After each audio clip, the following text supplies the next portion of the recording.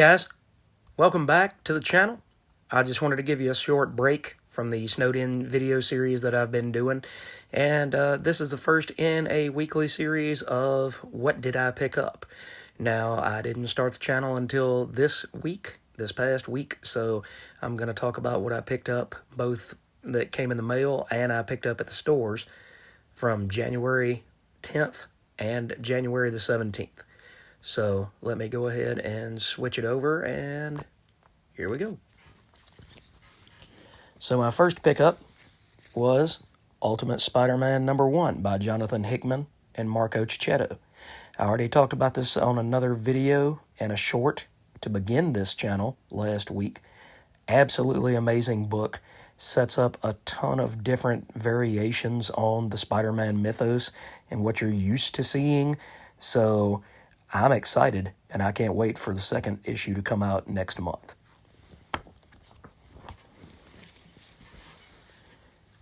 All right, today I picked up The Walking Dead in deluxe. So it's in color. It's a reproduction of the original series, except it's got new covers and the interiors are in color now. This is issue 81. They said that they're going to go through the entire series all the way to 193. So we're almost halfway there, and I'm still excited about rereading this series. I collected it in paper format all the way through issue 79, and then I mixed between digital in Comixology and paper from there on out all the way through 193. All right, I also picked up The Deviant, issue 3, by James Tynion, and I believe it's Josh Hickson. And this series has been very strong as well. It came out a couple of months ago. It's talking about a Santa Claus serial killer from back in the 1970s, and now it seems like somebody is being a copycat and doing the killings all over again. So if you like Christmas stories with a darker tone, check it out. I had actually dropped Phantom Road with issue 7, and then I decided that I would stick it out, and I picked up issue 8 today. Because I've heard that Jeff Lemire's books are kind of a slow burn sometimes, and I read on his Substack that he said that he actually wanted to make it to issue 50 on this series. So I'm just going to hang in there for a little while longer, maybe till issue 12, 13, and if I'm still not feeling it, then I'll go ahead and drop it. But right now, it's a very interesting series with a different twist on the X-Files, and it's a trucker and a girl he picked up, and we don't really know much more than that at this point. Seems like there's an upside-down type of world and maybe some aliens, but I haven't really gotten a good idea about what the big picture is just yet. Amazing Spider-Man. I have collected this book straight through all the way from issue 362, way back in 1992. So I'm just collecting it because I like the Romita Jr. art. I'm not digging the Zeb Wells story right now, even though Gang War has been more entertaining than the other things that he's written in this series. I'm just not feeling it. I really think that Wells needs to be replaced by somebody else on the main series. I just don't have any faith in his ability to captivate. And Amazing Spider-Man is one of Marvel's premier titles, if not the premier title. How can you have somebody who's not the best creating stories that are subpar? Miracle Man, The Silver Age, #7. Now, speaking of somebody who creates things that are not subpar, Neil Gaiman. Neil Gaiman does an excellent job of finishing up The Silver Age, which is a continuation from his Eclipse days 30 years ago. Mark Buckingham is still the artist on this, and at the end of it, it stated that it was going to be followed up by The Dark Age, which to me sounds like that's going to be a whole lot of fun. This is Deep Cuts. It's a really interesting story, and it talks about different musicians and how musicians' lives, and it's something different than what you're going to read every single day. And I had actually dropped it after this issue, but there's only 2 more issues in this series, so I think I'm just going to keep collecting that. But this one deals with New York City 1956 and talks about Blue Notes.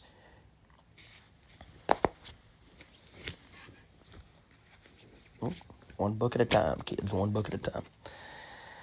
All right, here we've got Green Lantern number 7 from last week, and it's showing Kilowog and Hal Jordan and Sinestro on the cover. I really enjoy the hell out of this. I think Jeremy Adams is doing a great story here. I didn't get into his Flash run because I'm just not that big of a Flash character, fan. But I do love Hal Jordan, and as long as they keep him as the main Green Lantern, then I will continue to support this series. All right, and here was Swan Songs, number 6 of 6. That's a really interesting title, and it was a really interesting cover that was on this particular book. Of course, it's an homage cover to Where the Sidewalk Ends. And so it's double-sided. But it was a mini-series about the end of things. So it talks about how marriages end, the end of a sentence, the end of the recreation of the world. It's got a lot of metaphysical things, and it's the same writer that does Ice Cream Man. So if you're reading Ice Cream Man, Swan Songs was only 6 issues, so it shouldn't take too much to get into that, and I think you'll enjoy it. One of the big boys, Transformers number 4 that came out last week. Really enjoying this title. I heard that Daniel Warren Johnson is not going to be doing the art in the second series, which is going to be from issue 7 to 12. But I like Jorge Corona, so we'll see how that goes. I'm going to give it a shot. I've really enjoyed this. Daniel Warren Johnson does a bunch of different interesting things that you just don't see in the Transformers G1 cartoon. You've got Optimus Prime using wrestling moves on Starscream, and it's brought a lot of energy and just kinetic feel to the series. So I'm definitely going to continue on with that, even though Daniel Warren Johnson is only going to pencil and ink 5 and 6. Hopefully he'll come back after that break, and he'll come back as the artist on the series again. This came in the mail the other day. It was a key book last year, but it seems to have cooled down quite a bit. It was Peter Parker, the Spectacular Spider-Man, number 24. And it's the Hypno Hustler.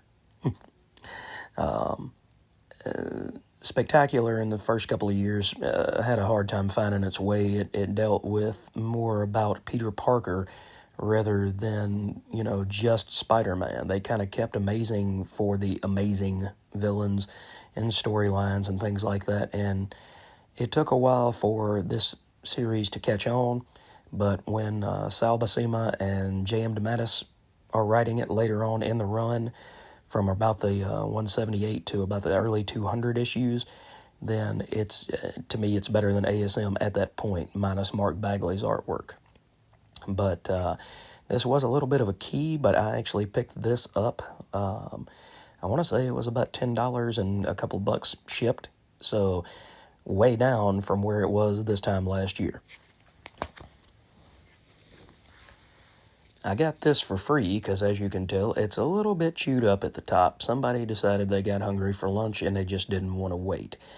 But this is Marvel Tales number 99, which is a reprint of Amazing Spider-Man 122, The Death of the Green Goblin.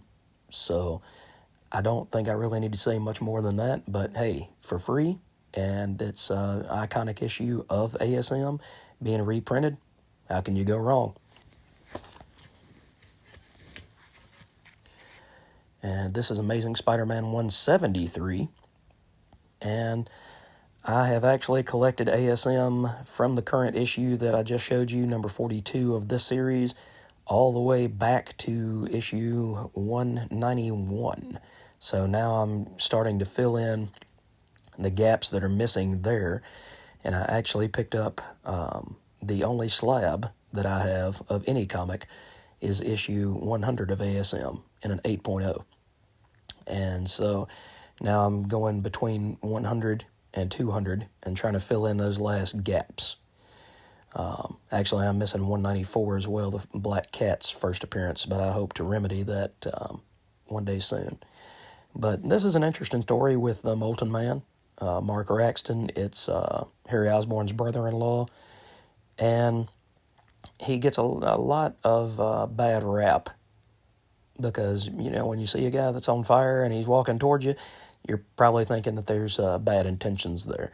But the Molten Man is a very complex character, and he provides a good foil for Spider-Man more often than not. Okay, I picked up Cerebus, number 166, which is issue 16 in the Mothers and Daughters storyline. I picked that up for $1. I'm slowly building up my Cerebus collection. Say what you will about Dave Sim, but for a very long time, the story itself was very strong, and I'm just filling it in so that eventually I can read it both in the floppies, and then I've got the first trade paperback of High Society that I'm going to crack into here before too long.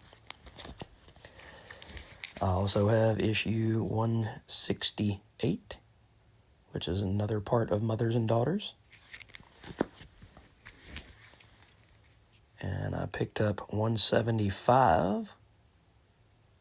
And these, I don't know how well you can tell in the video, but these have red marker across the top of the plastic bag and board. And that means that it came out of the dollar bin at my comic shop. So I got these for $1 a piece. You know, and I figure for $1 a piece, you can't go wrong. I jumped a little bit. This is issue 261, getting close towards the end of the series at 300. And last but not least, here is 265, which is part 34 of Going Home. So that's what I picked up over the last 2 weeks. And I appreciate you taking the time to watch this video through to the end. I'm still trying to build this channel up. I'm trying to figure out where I'm going to go and what specific video series and things I can build up that make my channel different than all the other comic book YouTubers out there. So just bear with me. I hope you enjoy the ride. I hope you stick with me. And we will see you for this series next week.